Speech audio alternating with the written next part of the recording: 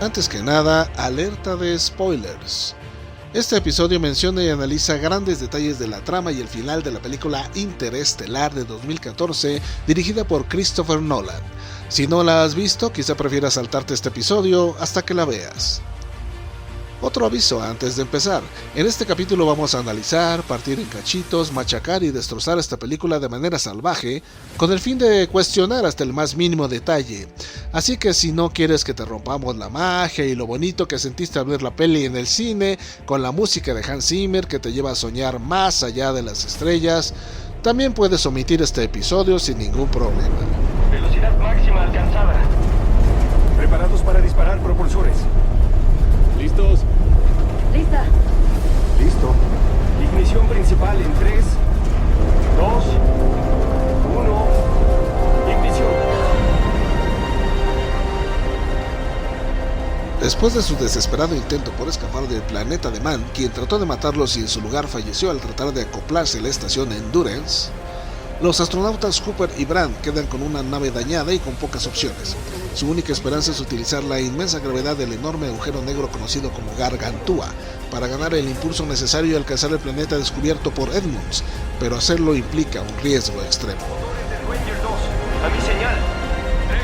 3. A medida que el Endurance se acerca al horizonte de eventos, la luz se curva de manera irreal a su alrededor debido a la distorsión gravitacional extrema. El disco de acreción brilla con una intensidad cegadora, con gas y polvo viajando a velocidades cercanas a la de la luz. Dentro de la nave, Cooper y Brand soportan una enorme fuerza G mientras intentan mantener el control. Sabiendo que su masa adicional comprometería la misión, Cooper toma la súbita decisión de desprenderse de la estación a bordo de una de las cápsulas de escape. Mientras Brand sigue su vuelo hacia el planeta de Edmunds, Cooper y TARS, el androide hecho de bloques rectangulares de acero, se sumergen en la oscuridad absoluta del agujero negro. El ruido se disipa y solo queda el abrumador vacío. 90%. De pronto, Cooper experimenta una extraña calma mientras cruza el horizonte de eventos. La alarma de la cápsula le indica que debe expulsarse y sin pensarlo lo hace. Cooper es eyectado y ahora flota solo en el abismo.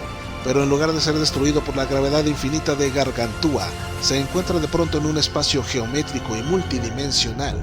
Cooper ha entrado a un lugar donde ningún humano había llegado jamás: el Tesseracto. Esta es la escena climática que da fin al segundo acto de la película Interestelar, dirigida en 2014 por el visionario y cineasta Christopher Nolan. Esta película marcó toda una nueva era en la forma en la que el cine aborda el tema de los viajes espaciales, que no suelen considerar elementos como la ley de la relatividad de Einstein, la física gravitacional o la distorsión del espacio-tiempo. Pero escribir y realizar la película de manera creíble no fue nada fácil, y la clave fue la inclusión de un astrofísico real en el proyecto, desde su incepción. ¿Vieron lo que hice? ¿Incepción? Acompáñame a desentrañar los secretos, la ciencia real y la no tan real, lo que funciona y lo que no funciona ni por error, en esta compleja y exorbitante película de ciencia ficción. El cine, el espacio, el lore, el terror, lo desconocido, lo increíble.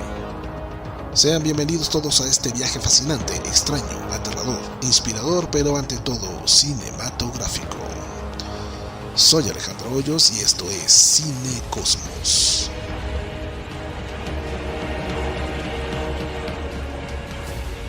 Christopher Nolan es uno de los directores más propositivos de los últimos años. De verdad se agradece que haya cineastas de este tipo, entre tantos y tantos directores y guionistas que solo se conforman con aplicar la fórmula de salvar al gato. Es decir, estructurar sus historias siguiendo una fórmula supuestamente probada, basada en una técnica narrativa creada por el guionista Blake Snyder. Esta técnica la abordaremos con más profundidad en algún otro episodio de Cine Cosmos, pero por lo pronto basta con explicar que Snyder expuso este concepto en un libro llamado Save the Cat, o Salvar el Gato, en 2005, como una fórmula efectiva para escribir guiones que garantiza conectar con la audiencia, construir personajes memorables y estructurar efectivamente los argumentos. Básicamente la vendió como una fórmula ganadora y desde que salió gran parte de los guiones hollywoodenses han sido escritos basados en este concepto. En eso que llega Christopher junto con su hermano Jonathan, y empiezan a escribir y producir una serie de películas que retan al espectador a pensar un poco más, a usar de manera consciente su cerebro frente a la pantalla de cine, a poner algo más de su parte para darle sentido a las historias que presentan. Esto se hizo evidente desde la primera colaboración juntos en la película Memento del año 2000, donde presentan a Leonard, un hombre que tras un accidente sufre un trauma cerebral que le causa amnesia anterógrada, lo que le hace ser incapaz de almacenar nuevos recuerdos. Además, para evitar que nosotros recordemos las cosas por él, se atrevieron a narrarnos la película en reversa, es decir, del final al inicio, en intervalos de 8 minutos más o menos, que es el tiempo máximo aproximado que es capaz de retener el protagonista en su memoria. Después de Memento, que aquí le llamaron Amnesia, vinieron otras películas cada vez más complejas como The Prestige, que aquí conocimos como El Gran Truco, sobre dos magazos que se volvieron enemigos mortales, y la inolvidable Inception, o El Origen, sobre una banda de ladrones que opera no en el mundo real, sino en el reino de los sueños. Otra legendaria película que merece su propio episodio de nuestro muy prestigioso podcast. Basta con recordar, qué buena película, y qué tal el final. Todos esperando que cayera el... Bueno, si no la has visto también, corre a buscarla porque vale mucho la pena. Pero hoy estamos aquí para hablar de Interestelar. Esta movie cayó en 2014 y nos tomó a todos por sorpresa. Un producto mental más de la dupla de los hermanos Nolan, que definitivamente manipuló a su gusto el género de la ciencia ficción y la llevó literalmente al otro extremo de la galaxia. Específicamente a la búsqueda de un nuevo planeta habitable para la humanidad, ya que la Tierra se volvió cada vez más hostil. Las tormentas de polvo se volvieron incontrolables y afectaron tanto las cosechas que la agricultura se volvió casi imposible.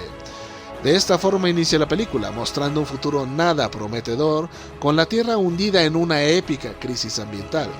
Esta premisa se basa en eventos reales de la historia como el Dust Bowl, o plato de polvo de los años 30, que contribuyó a la Gran Depresión de Norteamérica. Además, el filme menciona para colmo la presencia de un hongo que destruye los cultivos, lo que hace que la crisis alimentaria sea cada vez más intensa.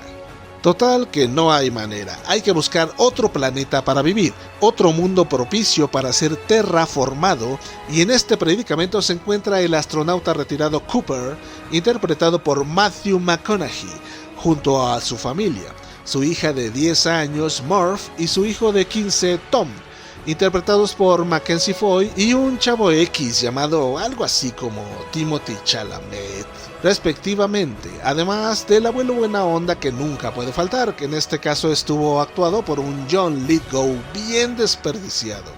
Mejor lo hubieran puesto como científico, astronauta o cualquier otro papel con más de 3 líneas de diálogo, por favor. Pero en fin, esta familia tenemos y aquí nos tocó vivir, en un planeta bien polvoso y mugroso. Es entonces cuando Cooper, como buen padre, se lleva a sus hijos a divertidas actividades familiares como perseguir un dron averiado de la Fuerza Aérea India y quitarle la batería para usarla en su granja, o introducirse sin permiso en una base secreta de la NASA donde el profesor John Brandt y su hija Amelia trabajan en un proyecto ultra secreto, una expedición al espacio estelar a través de un agujero de gusano que apareció misteriosamente 48 años antes, cerca de Saturno. Convenientemente para la trama, claro, este agujero desemboca en una galaxia muy lejana con 12 planetas potencialmente habitables que pueden servir como un nuevo hogar para los terrícolas. Solo hay un pequeñísimo detalle. Este sistema de planetas se encuentra muy cerca de un enorme agujero negro al que bautizaron como Gargantúa. Para el momento en que Cooper encuentra la base, ya han partido 3 astronautas en esta expedición, Miller, Edmunds y Mann, y los 3 reportaron resultados favorables. Solo falta que alguien vaya a revisar los planetas que encontraron para ver si realmente son propicios para la vida humana. Bueno, hasta aquí la premisa inicial de Interestelar, y vamos a hacer una pausa para comentar que esta película en particular es como una tienda de dulces y chicles para cualquier entusiasta del cine, la ciencia ficción y la astrofísica en general, porque cada 5 minutos surge una pregunta diferente, para bien o para mal. Y es que a nuestro amigo Christopher le encanta ponerse de pechito en sus pelis y en esta se voló la barda. Pero luego descubrimos que esto no es nada, porque justo después de Interestelar filmó la de Tenet, donde realmente acabó por destrozarnos el cerebro. Pero esa es otra historia y debe ser contada en otro momento.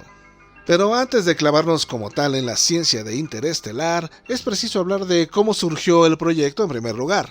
La culpa la tienen dos personajes muy peculiares, el físico teórico Kip Thorne, ganador nada menos que del premio Nobel en 2017, y su gran amiga Linda Obst, productora de cine que, entre otros filmes, produjo Flashdance, Sintonía de Amor, con Tom Hanks y Meg Ryan, y Contacto, la otra película sobre viajes interestelares concebida por el gran astrofísico Carl Sagan.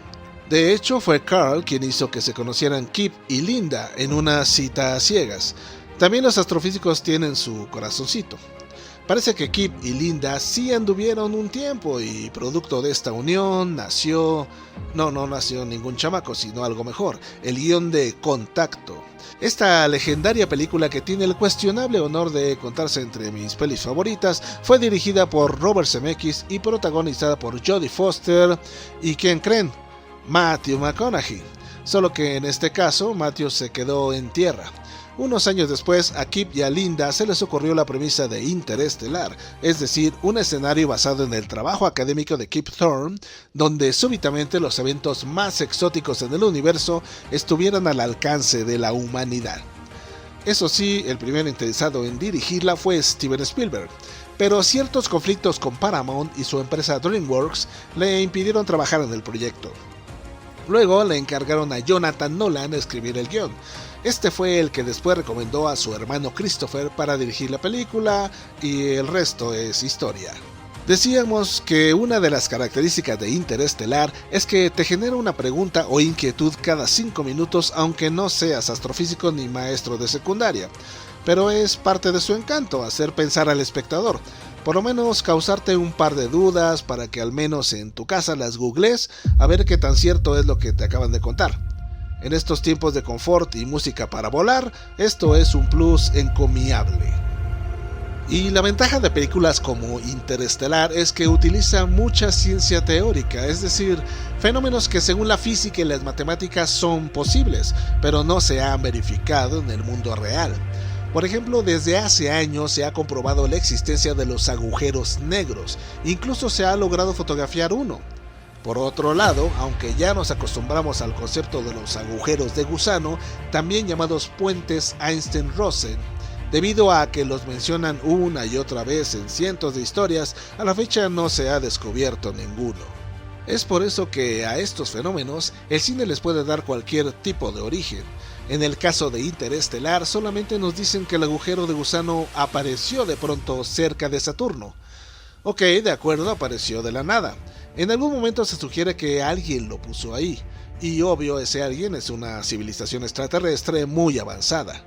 Y nos dicen que 3 astronautas ya lo recorrieron y no solo eso, han podido mantener comunicación con la Tierra sin ningún problema, ya que lograron avisar a la NASA que cada uno descubrió un planeta habitable y establecer una base. Pues bien por ellos, y por Nolan, porque hasta este punto la ciencia no tiene mucho que refutarle.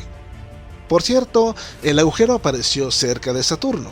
De hecho, Saturno tiene un sistema de lunas que los científicos creen que pueden ser candidatos para ser habitados, como Titán y Encelado. Pero si ya tenemos el agujero al lado, hay que aprovechar el aventón. Total que Matthew McConaughey ahora sí tiene que viajar al espacio. Lo malo es que tiene que dejar a su familia por años, nadie sabe cuántos. En especial a la pequeña Morph, que se va a quedar sola con su abuelo y su inútil hermano, el Tomás. Aquí hay otro detalle interesante, a ver, ¿cómo fue que Cooper supo la ubicación de la base super secreta de la NASA? Pues lo que pasa es que en el cuarto de Morph, la niña, hay una especie de fantasma, resultado de una anomalía gravitacional que se dedica a mover el polvo del ambiente para dejar ciertos patrones en el suelo, o sea, mensajes, y al traducirlos a coordenadas geográficas, pudieron ubicar un punto en el mapa que despertó su curiosidad y los hizo ir a investigar a ver qué onda. ¿Ya ven por qué tenía que haber tormentas de polvo constantes en la Tierra? Si no, ¿de qué forma iba a dejar mensajes el fantasma? Y bueno, el viaje de Cooper depende por completo de un agujero de gusano totalmente estable. Debido a que este agujero ya tiene 48 años que apareció y no ha colapsado, ok, parece que tenemos la estabilidad necesaria para poderlo usar de tobogán. Si nos ponemos estrictos, para que un puente Einstein-Rosen se mantenga estable y sea transitable por humanos, se requiere otro ingrediente, la energía negativa, también llamada materia exótica. Pero como este detalle nomás nos estorba, sigamos con la historia. El valiente Cooper toma la difícil decisión de abandonar a su familia para salvar la Tierra. Para esto tiene que llevarse toda una estación espacial llamada Endurance, que tiene pegadas un par de navecitas de exploración que les ayudarán a bajar a los 3 planetas finalistas y constatar su viabilidad. Y mientras tanto, ¿qué va a hacer la NASA? ¿Jugar Starfield? No, el profesor Brandt se va a poner a buscar la solución a una ecuación gravitacional súper difícil, que es necesaria y vital para la construcción de una nave capaz de evacuar a toda la gente de la Tierra al Edén sideral. Antes de embarcarse a las estrellas, Cooper, como buen papá, le deja a Morph su viejo reloj de manecillas y le promete que un día volverá. Después la abandona para siempre. Pero nuestro héroe no va solo, se lleva toda la bandera, que consiste en la doctora Amelia Brand, interpretada por Anne Hathaway, los astronautas Romilly y Doyle, y como de costumbre 2 esclavos robots. No son Artu y Tripio, sino 2 enormes y poco prácticos bloques cuadrados de metal llamados Stars y Case. Pero eso no es todo. En el Endurance empacaron también a 5.000 embriones congelados para asegurar la supervivencia de la humanidad. El viajecito inicial a Saturno nada más les toma 2 años. Empieza la cuota temporal y Cooper ya se nos empieza a repetir. No tiene idea de lo que le espera. Aquí hay que destacar que Kip Thorne presentó una descripción bastante correcta del agujero de gusano, el cual no se vería como un tubo bidimensional, sino como una esfera o burbuja a la cual puedes accesar por cualquier lado. En esta misma escena, Romilly le explica a Cooper por primera vez cómo funciona un puente Einstein-Rosen, usando la famosa técnica de la hoja de papel doblada que atraviesas con un lápiz. ¿Por qué le tiene que explicar esto un astronauta a otro? Obviamente el objetivo es explicárselo a la audiencia, pero ¿no hubiera sido mejor que Cooper se lo explicara a su hija de 10 años antes de partir? Bueno, por fin logran cruzar el agujero de gusano y llegar intactos al otro lado de la galaxia. El primer planeta que deciden investigar es el de Miller. Pero como dijimos antes, este planeta está tan cerca del agujero negro Gargantúa que el tiempo está severamente dilatado. 1 hora en la superficie del planeta equivale a 7 años en el Endurance, que se va a quedar en órbita. Y como alguien tiene que quedarse a cuidar el changarro, le encargan al confiable Romilly la tarea de esperarlos tantito, nomás en lo que bajan al planeta y regresan rapidísimo. Entonces Cooper, Brandt y Doyle bajan en la nave al planeta, donde lo único que encuentran son los restos de la nave de Miller. Como cosa curiosa, a partir de que Cooper dice... Están esperando. ¡Corren! ¡Corran, corran, corran, corran, corran! Son 7 años por hora. Los minutos cuentan.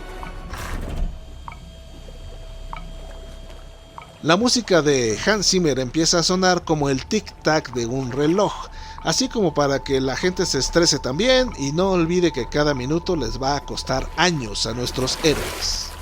¿Y el planeta? Para empezar, el planeta entero está cubierto de agua. No es más que un mar interminable con olas gigantescas que te pueden matar en segundos, tal como lo constató el astronauta Doyle cuando una ola tsunami arrasó con la nave y el amigo no se alcanzó a subir a tiempo. Pobre Doyle. Pero también pobre de Cooper y Brandt, ya que el agua inundó los motores de la nave y tuvieron que esperar a que se secaran lo suficiente para poder despegar de vuelta al Endurance. Total que logran salir del planeta y llegar a la estación, y para su sorpresa descubren que han transcurrido nada menos que 23 años. Y su amigo Romilly no ha cambiado nada. Bueno, un par de canitas en la barba y todo pelón, pero nada de arrugas. Yo quiero de la crema humectante que usa mi carnal Romilly. A ver, Christopher, no te pases, mínimo le hubieras puesto unos apliques que de verdad le metan años de penuria y aburrimiento al señor. Porque desde antes de que se fuera, Cooper ya estaba pelón, así que eso no cuenta. Además, ¿a poco llevaban provisiones y energía para tantos años? Y los 5000 embriones no se descongelaron, ¿todavía sirven? Bueno, aquí lo más increíble es que el señor Romilly haya tenido la fe y la convicción de que sus compañeros iban a regresar y no se movió de su puesto en 23 años. ¿Qué tal que les pasó algo en el planeta? Se estrellaron, se los comieron los aliens y por eso no volvían. Yo después de los primeros 10 o 12 años de no tener noticias de los otros, hubiera agarrado mis cositas y mis embriones y me hubiera ido con la pena a otra cosa mariposa. Si en el momento en que los motores de la nave se inundaron, Cooper hubiera tenido la atención de enviar un mensaje a su colega, hubiera ayudado mucho. Claro, la señal hubiera tardado 7 años en llegar al Endurance, pero al menos Romilly hubiera sabido que sus amigos seguían vivos y solo estaban esperando que los motores se secaran para volver. O sea, un par de añitos más. Además, el Endurance contaba con 2 naves de reconocimiento. ¿Por qué Romilly no agarró la otra nave y bajó a buscar a sus amigos? Por lo menos para saber qué les pasó, y de paso se ahorraba unos añitos de vida, ¿no? Pero bueno, el leal Romilly aguantó 23 años a que volvieran, y mientras tanto durmió unos añitos y luego aprendió todo lo que pudo de Gargantúa, pero no pudo enviarle nada al Dr. Brandt, ya que la estación puede recibir mensajes pero no los puede enviar. Ah caray, ¿y cómo le hizo Miller entonces para enviar señales desde la superficie del planeta hasta la Tierra a través del agujero de gusano? Y encima con la diferencia de tiempo, lo que significa que un mensaje tardaría 7 años en salir del planeta y quién sabe cuánto tiempo más en llegar a la Tierra, ¿no? Bueno, y en primera, ¿por qué Miller pensó que ese planeta atascado de agua sería una buena opción para la humanidad? De hecho, la mera existencia del planeta de Miller genera una gran controversia, ya que para que la diferencia de tiempo sea tan drástica, o sea que 1 hora en la superficie equivalga a 7 años, el planeta en cuestión tendría que estar en una órbita extremadamente cercana al agujero negro, pero lo suficientemente estable para no caer dentro de Gargantúa. Además, un planeta con una órbita tan cercana sufriría de mareas tan extremas y una gravedad tan enorme que un ser humano no podría estar de pie en la superficie sin sufrir daños graves. Sin embargo, se ve que Cooper, Brandt y Doyle caminan como si nada, tal como lo harían en la Tierra. Recuerden por favor que esta película fue escrita con la asesoría de un astrofísico experto en gravedad y agujeros negros, ganador del premio Nobel, que además fue productor ejecutivo. Yo nomás digo. Bueno, aquí viene la parte más triste del asunto porque como ya pasaron muchos años, la pequeña Murph y el pequeño Tom ya crecieron y son adultos independientes. Tom hasta se casó y tuvo un hijo, aunque después se le murió. Y Murph se convirtió en Jessica Chastain y en toda una científica que ahora le ayuda al profesor Brandt a resolver la ecuación imposible de la gravedad. Todavía no lo logran, pero ya merito. Este es el momento de chillar y chillar porque vemos el precio que Cooper está pagando por haber aceptado la misión. El abuelo se murió, no vio crecer a sus hijos y es posible que no los vuelva a ver. Eres un hijo de perra. Y sería un excelente momento para que volvieras. Cooper, Brandt y Romilly tienen que decidir ahora a cuál de los 2 planetas faltantes irán porque no les alcanza el combustible para ir a los 2. Al final deciden ir al planeta de Man, ya que es el único que sigue transmitiendo. Mientras tanto, en la Tierra, el profesor Brandt está a punto de morir, pero antes le confiesa a Murph un oscuro secreto. La ecuación que han tratado de resolver por años es irresoluble, porque les falta la información de las singularidades gravitacionales que solo pueden obtenerse desde el interior del agujero negro. Cooper, Brandt y el viejito Romilly aterrizan en el planeta de Man. Bueno, ahora sí se llevaron a Romilly, ¿no? ¿Por qué no se lo llevaron al planeta de Miller también? Pobre de mi carnal. Bueno, cuando aterrizan en el planeta descubren que Man, interpretado por Matt Damon, se cansó de esperar y se acostó a dormir para siempre. Por suerte llegaron Cooper y sus amigos a despertarlo. Man les da un tour por el planeta que, aunque está congelado, les asegura que es propicio para la vida. Pero, ¿qué creen? Que de un descuido, Man los traiciona y trata de matar a Cooper. No lo logra, pero lo deja tirado y en el Inter le confiesa que falsificó los datos sobre el planeta nomás para que alguien fuera a rescatarlo. La verdad es que el planeta es una mierda y no sirve para nada. Luego, Mann abandona a Cooper y se roba su nave para alcanzar el Endurance y regresar solito a la Tierra. Pero eso no es todo. Antes había dejado una bomba en la base que explota y acaba con la vida del viejito Romilly. Cuando el guionista se ensaña contigo, ya valió. Cooper logra comunicarse con Brandt, quien ahora sí abordó la nave número 2 y voló a rescatarlo. Ahora tienen que alcanzar a Mann antes que llegue al Endurance y cambie las chapas y los deje fuera para siempre. Mann, la rata de alcantarilla, llega primero a la estación y trata de acoplarse, pero cierra mal el zaguán y la súbita descompresión lo saca volando al infinito. Con esta acción, el idiota destruye la nave de reconocimiento número 1, con el efecto adicional de que la explosión pone al Endurance a girar fuera de control. Cooper tiene que hacer uso de toda su pericia como piloto y le dice a TARS, el robot, que le ayude a igualar el giro de la estación para poder acoplarse. Gracias a su experiencia como piloto de prueba, Cooper logra soportar las altísimas fuerzas G, pero Brandt se nos desmaya casi de inmediato. Al final lo logran y con ayuda de los retropropulsores, poco a poco van disminuyendo el giro del Endurance. Están a salvo, pero en graves problemas, ya que no tienen combustible para llegar al mundo restante, el planeta de Edmunds. Entonces deciden rodear el agujero negro y usar su gravedad para catapultarse, aunque hacen un cálculo rapidito y se dan cuenta de que esta maniobra les va a costar nada menos que 51 años terrestres. Pero no les queda de otra porque Gargantúa ya los atrapó y los está jalando sin piedad. En un gesto bien heroico, Cooper y TARS deciden salir volando a merced del agujero para que su peso adicional no le afecte a Brandt para llegar al planeta de Edmunds. A pesar de los gritos de Brandt, la nave de Cooper se separa del Endurance y caen en el horizonte de eventos de Gargantúa. Lo que sigue es un momento totalmente sacado del clímax de 2001 Odisea del Espacio. La nave se empieza a despedazar debido a la extremísima gravedad y Cooper tiene que eyectarse. Ahora está solito con su alma y con TARS, aunque no lo vemos, solo lo escuchamos. Supongo que Cooper pensó que hasta ahí llegó y se despidió de la vida, porque no hay marcha atrás. Pausa, pausa, pausa, pausa. Este es uno de los momentos más criticados y discutidos de la película, la caída de Cooper dentro del agujero negro. Lo que todos los físicos dicen es que la extrema gravedad del agujero haría a cualquier humano estirarse a su máxima longitud en un proceso nada bonito llamado espaguetización.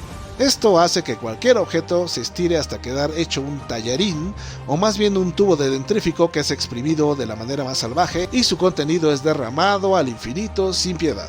La única forma en que Cooper y una máquina como TARS podrían sobrevivir es si Gargantúa es un agujero negro rotante, lo que permitiría la existencia de un anillo de singularidades nuda. En este caso es teóricamente posible que haya una región dentro del agujero donde las leyes de la física sean diferentes y no se produzca la espaguetización. Sin embargo, incluso en este caso no hay pruebas o al menos un escenario matemático que permita que un objeto pueda atravesar un agujero negro, aunque sea de ladito, y alcanzar una nueva dimensión o una estructura segura, como en la película. Esta estructura nos la presentan ahí con el nombre de Tesseracto, y no tiene nada que ver con el cubito azul que sale en la película del Capitán América. Un tesseracto es la representación en 4 dimensiones de un hipercubo, es decir, un cubo que existe en un espacio de 4 dimensiones espaciales. En términos generales, si agarramos un cuadrado y lo extendemos en 3 dimensiones, se convierte en un cubo. Y si ese cubo lo extrapolamos en 4 dimensiones, se convierte en un tesseracto. Y en Interestelar, este cubo de 4 dimensiones es precisamente el lugar que le salva la vida a Cooper. Ahí nos lo presentan como una estructura hecha de copias infinitas de la habitación de Murph, sí, la hija de Cooper, en diferentes etapas de tiempo. Pero ¿de dónde salió este lugar? Pues Cooper hace gala de sus poderes de deducción y concluye que, al igual que el agujero de gusano, el tesseracto fue puesto ahí por una civilización extraterrestre. Y no es por dármelas de muy hábil, pero como que ya me esperaba algo así. Desde que dijeron que en el cuarto de Murph había un fantasma que movía el polvo y dejaba patrones, supe que en algún momento se iba a revelar que alguno de los personajes era en realidad ese fantasma, en otra dimensión o algo así. Yo supongo que a mucha gente le pasó lo mismo. Este detalle tan predecible es otra de las razones por las que al final no me convenció tanto esta película. No sé a ustedes, pero a nosotros nos quedó la moraleja de que hay que evitar este tipo de cosas en cualquier guión que se respete. A la larga la gente dice, ¡ay, ajá!, y acaba por no funcionar. Pero ok, es ahí en el tercer acto donde Cooper descubre que puede accesar a cualquier etapa temporal de la vida de su hija, tirar los libros y figuritas del librero e incluso puede dejarle mensajitos. Para esto utiliza los rayos de sol y el polvo de la habitación para mover las manecillas del reloj de pulsera que le dejó a Murph antes de partir y transmitir sus mensajes en clave Morse o en lenguaje binario, unos y ceros. Cooper le pide a TARS que traduzca toda la información gravitacional del agujero negro que le faltaba a Murph para resolver la famosa ecuación del Dr. Brandt y se la pueda transmitir de esta manera. Y no solo eso, sino que además le transmite la palabra quédate. Ah, por cierto, recordemos que el mismo fantasma, o sea Cooper, fue el que le pasó a su hija las coordenadas para que encontraran la base secreta de la NASA en primer lugar. O sea, le dice que se quede, pero al mismo tiempo le da las coordenadas para que se vaya. Por fin quiere que se quede o que se vaya. De todos modos, Cooper tiene que ir al espacio para obtener la información cuántica de Gargantúa que hace falta para resolver la ecuación del Dr. Brandt y transmitírsela como fantasma a sí mismo y a su hija. Bueno, el chiste es que Cooper logra transmitir toda esa gran cantidad de información súper rapidísimo antes que la estructura de 4 dimensiones colapse y Cooper salga expulsado de nuevo hacia la nada, no sin antes concluir que los que crearon el tercer acto no fueron extraterrestres, sino seres humanos del futuro. Si ya te duele la cabeza tanto como a nosotros, es que has estado poniendo atención. Bien por ti. Lo siguiente que sabemos es que Cooper despierta en una estación espacial. ¿De dónde salió este lugar? Ah, bueno, de los humanos, que gracias a los esfuerzos de Cooper y TARS han podido completar la ecuación y lograron construir la nave que les permitió sacar a toda la humanidad de la Tierra. Pero esperen, ¿cuántos años tardaron en hacer esto? ¿Y en qué momento encontraron a Cooper flotando en el espacio, aún con oxígeno suficiente para mantenerlo con vida? La estación espacial donde Cooper despierta se encuentra en órbita alrededor de Saturno. Es decir, justo donde estaba la entrada al agujero de gusano. O sea que de alguna manera el tercer acto expulsó a Cooper y al robot de Gargantúa y los lanzó a través del agujero de gusano de regreso hasta Saturno, que fue donde los humanos los encontraron. Ah, pero recuerden que toda la maniobra que hicieron de catapultarse usando la gravedad del agujero negro les quitó a Cooper y a Brandt 51 años, que seguramente fue el tiempo que le tomó a la humanidad construir la nave Sota, sacar a la raza humana de la Tierra y llegar a la órbita de Saturno, justo a tiempo para rescatar a Cooper. Ok, más o menos ya entendimos, ¿no? Bueno, la cosa es que en esta estación Cooper se reúne con TARS y lo más importante, logra reunirse de nuevo con su hija Murph, aunque sea en su lecho de muerte porque ya está súper viejita y en las últimas. Murph le dice a su papi que mejor se vaya a buscar a Brandt porque hay que recordar que está solita en el planeta de Edmunds. Bueno, no tan solita porque se llevó a los 5000 embriones con ella, así que más bien trabaja de niñera.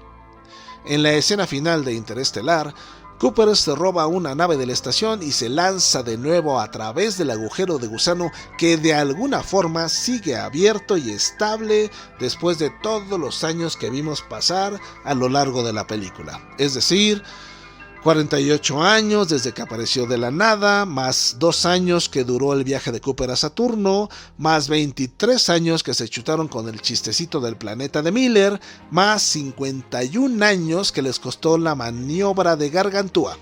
Estamos hablando de 124 años. Estos agujeros de gusano son de muy alta calidad y gran estabilidad. Bueno, pues la película se termina aquí, pero esperemos que al final Cooper haya logrado llegar hasta el planeta de Edmunds, porque si no, Brandt se va a quedar solita sin comida, sin recursos y sin energía, pero con 5000 chamacos que alimentar. Después de todo este análisis, ¿qué podemos decir de Interestelar? Podemos separar la ciencia de la parte humana, del mensaje de amor, esperanza y el dolor de separarnos de nuestros seres queridos, así como del miedo de no volverlos a ver. Para la gran mayoría que vio la película, sí es posible. Intrínsecamente dejan de lado cualquier inquietud que pueda causarles la lógica matemática, la fidelidad científica, las posibles exageraciones astronómicas. Si la ves de esa manera, seguramente esta película te resultó inspiradora, poderosa y conmovedora. Y tal vez ese es el punto, como el de muchas películas de ciencia ficción, donde lo de menos es la ciencia. Lo que le importa al director es que te claves en los personajes y las relaciones entre ellos, que te conmuevas con su tristeza, que te angustien sus promesas, que te preocupes cada vez que corran peligro mortal. En este sentido, Interestelar resulta ser un ejercicio efectivo, donde la parte más importante es la relación entre un padre y su hija, el amor que se tienen, lo mucho que se extrañan, que supera cualquier cantidad de años luz y anomalías espaciales que pudieran separarlos. Pero en este caso, para otro gran segmento del público, las controversias científicas que presenta son un factor que distrae demasiado de la acción principal. Cuando quieres sumergirte en las emociones humanas, siempre hay un suceso, un fenómeno o un evento científico que se cruza en medio y acabamos preguntándonos, caray, ¿a poco eso se puede? Demasiadas veces. Por lo menos en mi caso, así fue. Es por eso que al final, cuando debería tal vez estar llorando por la tragedia del tiempo perdido y la separación de los personajes principales, no logré reunir la suficiente empatía. Por otro lado, la película ha logrado un estatus respetable entre los entusiastas tanto de la ciencia ficción como de la astrofísica. Hay que reconocer que Kip Thorne y los hermanos Nolan presentaron una propuesta que buscaba alejarse de lo convencional y trató de basarse en teorías científicas reales para contar una historia de viajes espaciales con elementos más profundos, como son la relatividad de Einstein y la teoría de cuerdas. Y si lo que buscaban era provocar una conversación y generar un fuerte interés por la ciencia, definitivamente lo lograron. Ya no podremos ver una película de este género de la misma manera. Después de ver Interestelar, seguramente nos pusimos a investigar qué tan realista es y en qué falló. Y nos pusimos a comentar con otras personas nuestros puntos de vista, lo que es muy importante. Y aprendimos un poco más en el proceso. Otro elemento muy bien logrado es la música. Hay que reconocer que Hans Zimmer sigue siendo un maestro minimalista muy efectivo, y gracias a TikTok, la música de Interestelar ha cobrado vida propia y goza cada vez de más popularidad. Sin embargo, existe otra película con un tema similar que también utiliza la premisa del amor entre un padre y una hija, y cuya trama es mucho más sencilla, y por lo mismo no requiere tanta manipulación argumental, ni se siente tan forzada como Interestelar. Este filme se realizó en 1997 y está basado en una novela de otro astrofísico muy respetado, aunque no llegó a ganar el premio Nobel.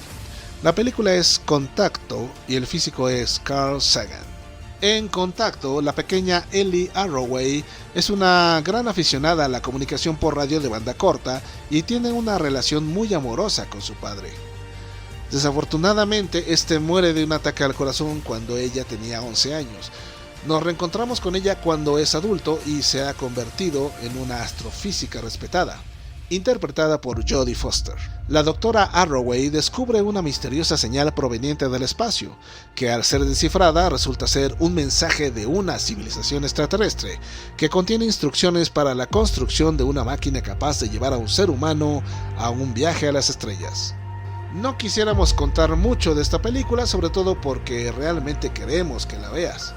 Lo que sí queremos resaltar es que la ciencia que aborda es mínima. Se basa igualmente en agujeros de gusano y la dilatación espacio-tiempo, pero tiene mucho menos elementos que Interestelar. Esto hace que la historia sea mucho más sencilla y la ciencia mucho menos refutable. A nuestro parecer, el mantener la ciencia al mínimo nos permite concentrarnos más en la parte humana, como debe ser. Es la ciencia al servicio de la historia y no al revés. Es un guión mucho más efectivo, con menos partes que deben conectarse forzadamente y sin necesidad de tantas concesiones por parte del espectador. La película de Nolan, por el contrario, exige demasiadas concesiones y genera más preguntas que respuestas. Aún así, sí resulta inspiradora y no pierde el elemento humano, pero la controversia científica termina por ensuciar demasiado la subyacente historia de amor paternal.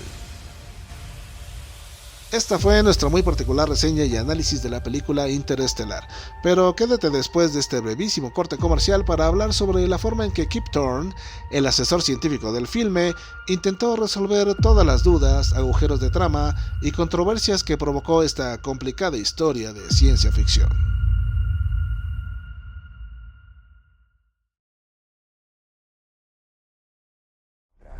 Cooper, no puedes pedirle a Tars que lo haga.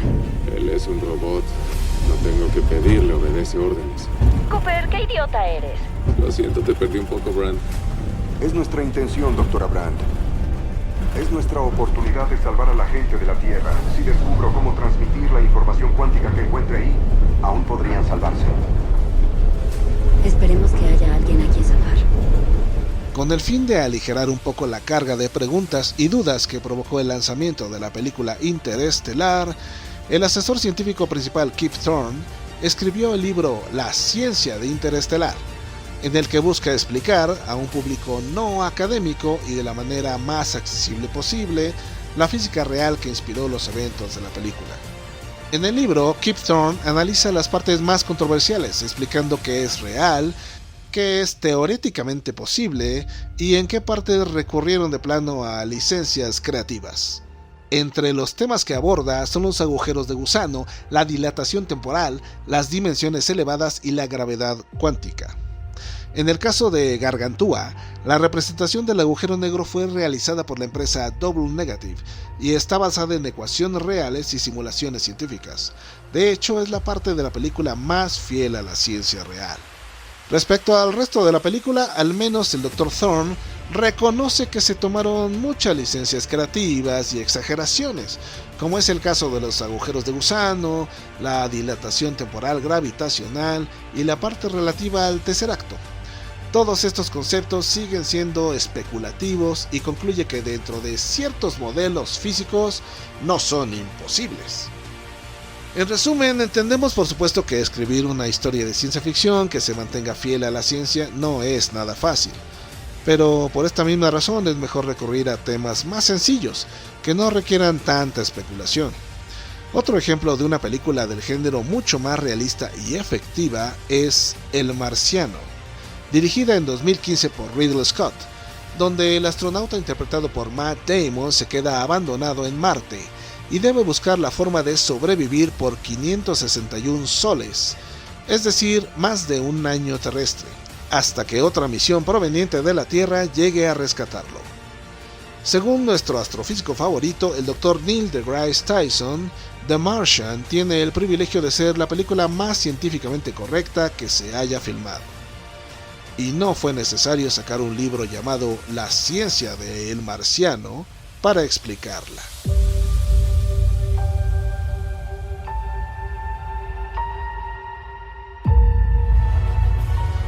Este episodio de Cine Cosmos fue escrito y narrado por Alex Soños. Las fuentes consultadas están en la descripción del episodio. Muy pronto habrá contenido adicional disponible exclusivo para suscriptores. Conozca más sobre el proyecto Cine Cosmos en cinecosmospodcast.com.